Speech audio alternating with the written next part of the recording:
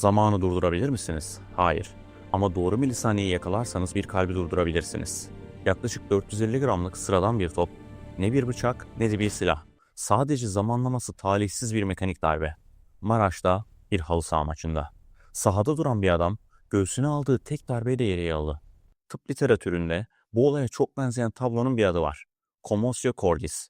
İnsan donanımının en sessiz ama en ölümcül güvenlik açıklarından biri.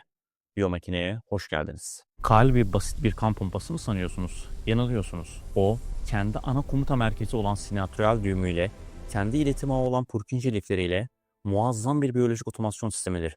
Beyni danışmadan günde yaklaşık 100.000 kez kendi elektriksel komutunu üretir. Ama donanım ne kadar kusursuz görünürse görünsün, her sistemin aritmiye daha yatkın hale geldiği kısa bir an vardır. Kalbin bu hassas penceresi, EKG'de gördüğümüz T dalgasına karşılık gelir. Biz buna repolarizasyon fazı diyoruz.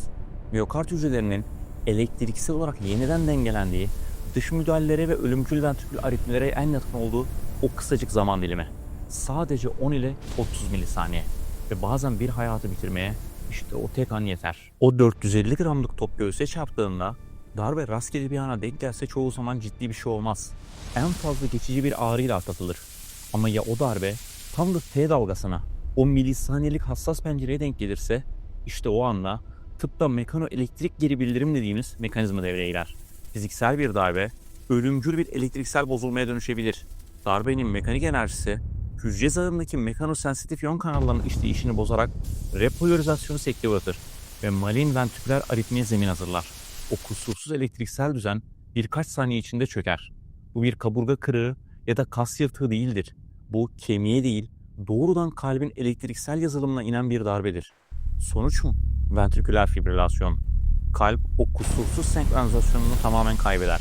Artık kan pompalanmıyordur. Sadece titriyordur. Dakikada 300-400 vuruşluk işe yaramaz, kaotik bir elektriksel parazit. Kişi darbeyi aldıktan sonra bazen ayağa kalkar, beyne giden son oksijenle birkaç saniye her şey yolundaymış gibi etrafına bakar ve sonra aniden yere yığılır. Ortada patlamış bir damar, yırtılmış bir kas, yapısal bir hasar yoktur. Donanım sağlamdır. Ama elektriksel düzen tamamen çökmüştür. Kalp resmen mavi ekran vermiştir. Peki, bu ölümcül hatanın bir yaması var mı? Çözüm, sistemin kendi mekanizmasını taklit eden dış bir donanımda yatıyor. Defibrilatör. Bu cihaz kalbe yüksek enerjili bir akım vererek o kaotik sinyalleri tek seferde temizler. Sistemi sıfırlayıp yeniden başlatır. Kalbin doğal ritim merkezi yeniden kontrolü ele alır. Ve aslında o ritim doğumdan sonra başlamadı. Daha embriyolojik hayatın ilk haftalarında yaklaşık 20. günde ilk elektriksel aktivite ortaya çıkar. Sinotral düğüm ise kısa süre sonra şekillenerek bu ritmin ana komut merkezi haline gelir. Ve işin ironik tarafı şu, 1899'da İsviçre'de iki bilim insanı elektrik şokunun kalbin ritimlerini geri getirebileceklerini fark ettiğinde ortaya koydukları cihaz 120 kilogramdı. Bugün aynı teknolojiyi 3 kiloluk bir kutu yapıyor. 127 yıllık mühendislik iterasyonu.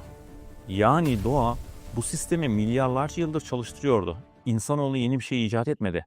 Sadece elektriksel kaosu susturup kalbin kendi doğal ritim merkezinin yeniden kontrolü ele almasına izin veren bir mekanizmayı taklit etmeyi öğrendi.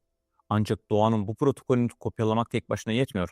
Asıl mesele o yamayı zamanında çalıştırabilmek. İlk 3-5 dakika kritik. Geçen her saniye hayatta kalma şansını dramatik bir şekilde düşürür. İnsanlık bu yamanın değerini çok acı tecrübelerle öğrendi. Yıl 2000'ler, yer ABD. 14 yaşındaki Louis Acampora göğsüne gelen bir lacrosse topu sonrası düşüyor. Sahada defibrilatör yoktu. Ambulans 15 dakikada geldiğinde sistem çoktan zaman aşımına uğramıştı.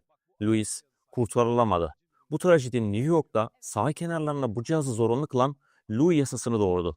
Yıl 2023, Enfer sahası. Milyonların gözü önünde Damar Hamlin birebir aynı sistem çöküşü. Darbe ve mavi ekran. Ama bu kez yama hazırdı. Sağdaki defibrilatörle sistem anında sıfırlandı. Hamlin hayata döndü. Daha birkaç hafta önce Mart 2026, Georgia eyaletinde her iki meclisten oy birliği geçen ve şu an valinin imzasını bekleyen Mason-Sells yasası. Aynı şekilde hayatını kaybeden 20 yaşındaki Mason anısına. Bu yasa sayesinde artık cihazlar sadece tozlanmıyor, doğrudan 911 sistemine yani ana ağa entegre ediliyor. Louis yasası, Hamlin vakası, Mason-Sells yasası. Hepsi bize aynı şeyi kanıtlıyor. Bu açığı kapatacak tek yama doğru yerde duran bir donanım ve onu kullanmayı bilen bir insan. Peki, bizim her hafta ter döktüğümüz o halı sahaların hangisinde bu cihaz var? Bir yanda tıkır tıkır işleyen bir biyolojik şaheser, diğer yanda doğru ana denk geldiğinde her şeyi bitirebilen sıradan fiziksel bir darbe. İnsan donanımı tam bir tezatlar krallığıdır.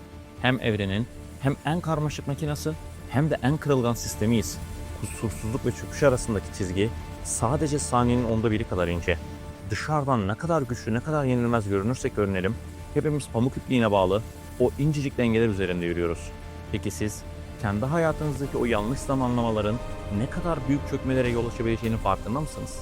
Bilimle, merakla ve biyomakineyle kalın.